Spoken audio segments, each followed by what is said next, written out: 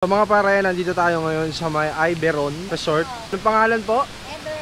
Eberon. So nandito tayo ngayon sa Eberon Resort. Papunta doon ng Malinaw. Kaya ayan, papakita ko sa inyo kung ano itsura dito mga par. Napakaganda rito at napakalawak. May baka tayo doon. Titingnan natin kung anong itsura pa doon. Let's go! Mga par, magtatanong tayo kung magkano yung entrance fee at saka yung mga bayad dito sa cottage. Nay, magkano yung bayad dito sa entrance fee? 20 pesos po. 20 pesos. Tapos, magkano yung cottage? Dito po sa malalaki, 500. Sa kabila, 400. May 300. O kaya kung lamesa lang, 200. Mga par, ang bayad sa table is 200. Meron silang 300, 400, 500. Depende na lang kung ilan packs kayo. Kung magkakasya kayo mga par. Tapos may renta rin dito ng video okay mga par. May wifi din kasi mahirap ang signal dito. So puntahan natin yung mga kasama natin. Sila Joyce Vlog. Si Maoy Girl. So kasama ko ngayon si Maoy Girl. So ngayon si Maoy Girl mga par. So mamaya pupunta tayo doon. Mag-i-insta 360 muna ako. Papakita ko sa inyo kung ano yung itsura pag naka-insta 360 rito mga pat. So baba tayo dito. Ayan o. Diba? Napakalinaw ng tubig. Tama natin yung kapatid ni Julius. Ayan o. Yun, shoutout. Shoutout. Yan. So yan, iyaw na yung kapatid ni Julius. Tapos si The Drunking Master. Hello guys! Hello guys! Sorry! Kung lasing na naman kagabi. Hello guys! Lasing na naman ako ngayon guys! Mga para yan, gagamit tayo ng 360 para makita nyo kung ano yung tsura dito mga para. Ayan.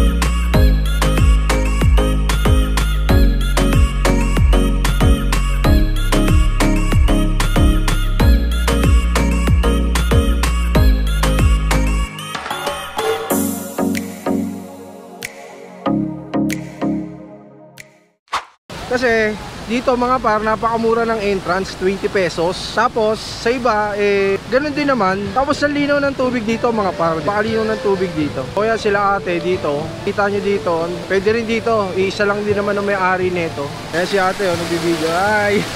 Tapos dito, may tulay sila papunta dun sa kabila. So iikot lang naman kayo dun mga par, diba? Isa lang din naman to. Tingnan nyo mga par, ang tubig, sobrang linaw.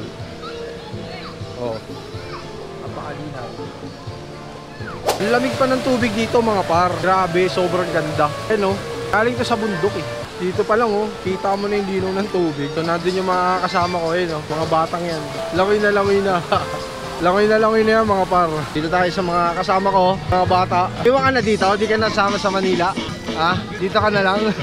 Ikaw, kaking kayo Munik! Alis muna tayo, iiba natin sila dyan mga par. So yun, pinakita ko lang sa inyo kung ano yung tsura dito sa Eberon Resort.